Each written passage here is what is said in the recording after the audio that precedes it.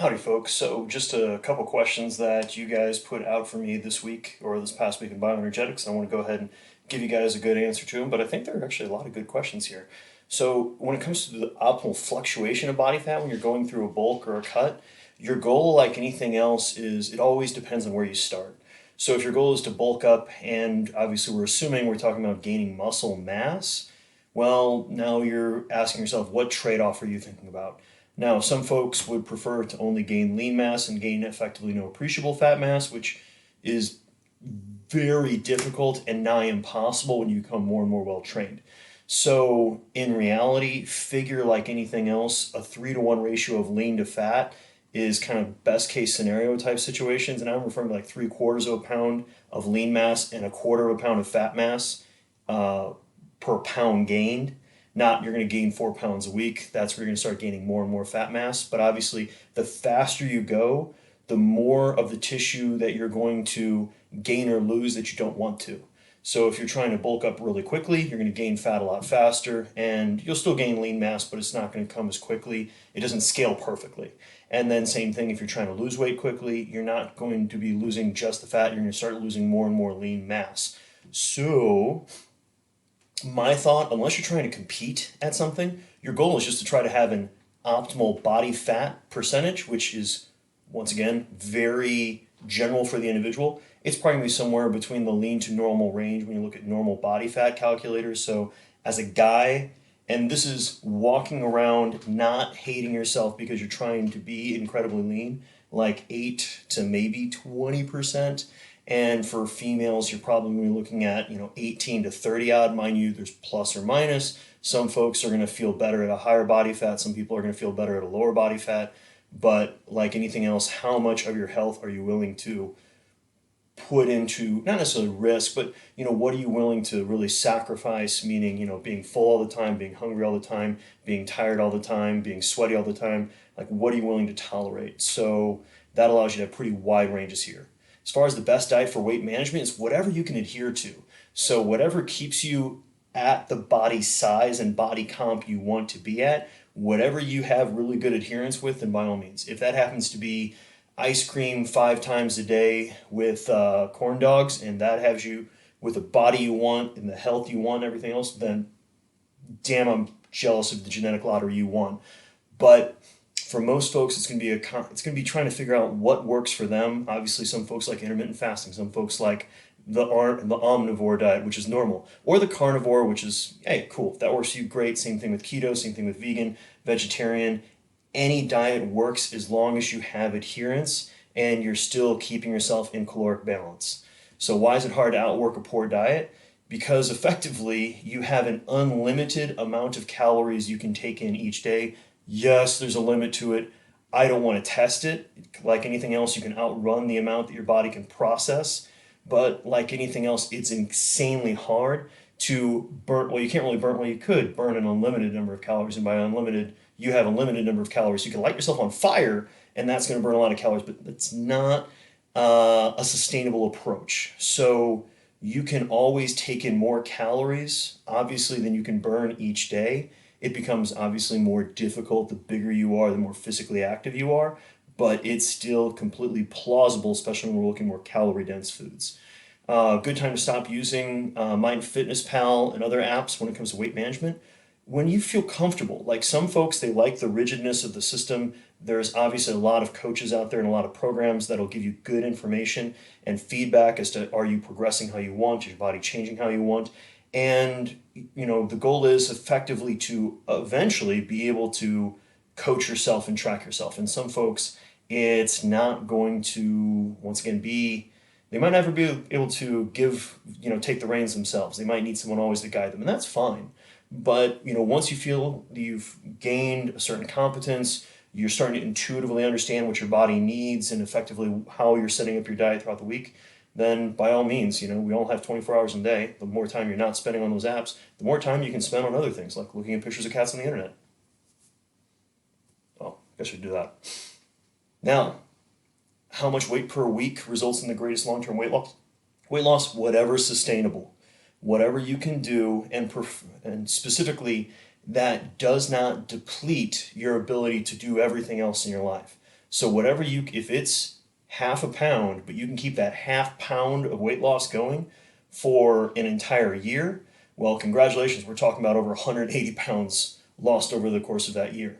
Now, sorry, if we're going per week, not per day, Jesus. Sorry. If we're going per week, half pound, now we're talking about you've lost 26 pounds in a year. You do that for 5 years, we've lost over 125 pounds. So in reality, whatever you can maintain for the long haul. Now, obviously, if you're losing that half pound a week, you better be starting off as a really, really big human that has a lot of weight to lose.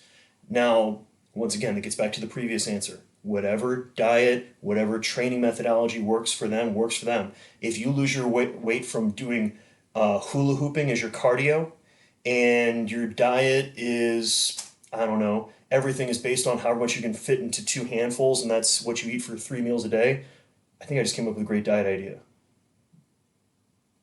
I'll think about that later, but we'll dive in. So, yeah, whatever works, whatever you can stick with. Get older, why does muscle turn to fat? It never turns to fat. Muscle shrinks, fat increases in size. That's the first thing to keep in mind.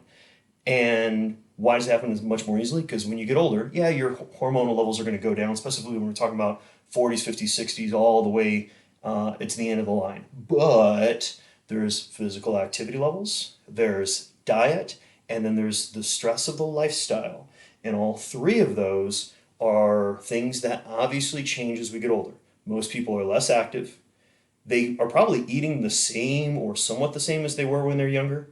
But like anything else, once you cut back that activity, now we're going to start gaining weight and or losing muscle mass because our body doesn't need to keep with muscle because we're not working hard enough in a way to sustain it. And then third is that lifestyle. Now they're stressed. Now they're not sleeping as much. Now they've got a lot of other things going on in their life that are increasing cortisol, decreasing testosterone, causing them to have maybe some dysregulation with ghrelin and leptin because they're stressed, because they're not sleeping. So now they're eating more. And then also because they're not sleeping, their insulin resistance is enhancing a little bit. But all it takes is moving. If you move 0.1% every single day in the wrong direction, it turns out once we've done that 0.1% for a full year, now you're at 36.5%. Now compounding will make it bigger, but I don't want to do the math right now. I'm being lazy. In the wrong direction. You keep that up for a decade, that's 365% going in the wrong direction. So go figure, that's why you're going to not have the build you're looking for. Fat burning supplements you see advertised on social media full of crap. No, but they're full of things that aren't that useful. At the end of the day, getting back to the big rocks, which is getting ourselves into a consistent caloric deficit. Whatever method that is going to give us a lot more. Now, don't get me wrong, I've never done meth, speed, coke, any of those narcotics, but I hear they really help ramp up your energy levels and help you burn more calories. Now, using amphetamines as a mean to weight loss is going to maybe bolster that weight loss a little bit more, but your body becomes desensitized to them, so you have to use more and more, so that becomes problematic in the first place. And if we can't figure out the big things like those 3 plus or minus meals we're eating each day to put us in the right direction, adding in raspberry ketones is not going to give us that much of an advantage. It's not going to give us any advantage because if it burns just an extra, let's say 100 calories per day, well, you could have just chosen not to eat 200 calories a day, which is going to save you money because you didn't buy and make those calories ready available, and you didn't have to spend money on the supplement to burn that anyways. So, yeah, don't do them. And could a caloric surplus of a specific macronutrient increase fat mass versus lean mass more effectively than another macronutrient? Okay, so once again, when we're in that caloric surplus, we have to give our body the signal that the mass we're trying to add is lean. If we're not giving our body the signal to gain that lean mass, the body is gleefully happy to go ahead and try to put on more fat mass. So, as far as specific macronutrient to increase that fat mass, when we're in the surplus, in reality, carbohydrates are going to be useful for helping us increase that lean mass. Protein isn't as important when you're in a caloric surplus, and fat is still important for recovery, but the key is you're still in a surplus. So it's not like we can blame one macronutrient over the other for the reason we're gaining more fat mass than lean mass. The key is we're in too big of a caloric surplus because we can only really gain a finite amount of muscle per week per month, per year. Like, we are finite beings. And anytime we're trying to outrun that, now don't get me wrong, you can use drugs that'll assist that and allow you to gain even more lean mass, but even then you're still going to be limited with how quickly you can grow. And so, like anything else, it's not one macronutrient that's the bad guy. The key is too much of any of them is going to be the bad guy. And I would say if you're taking in completely inadequate amounts of protein to maintain and slightly increase your lean mass, and or probably possibly carbohydrate just to increase muscle glycogen to allow for faster recovery, that can cause you to maybe accrue fat mass a little bit faster. But even then, still comes down to that signal, and that's the big thing to keep in mind. So, thank you guys for your questions. I hope you guys like these answers and that it made sense. And keep asking me questions, and stay safe out there, guys. Thanks for listening, and have a great day. Bye bye.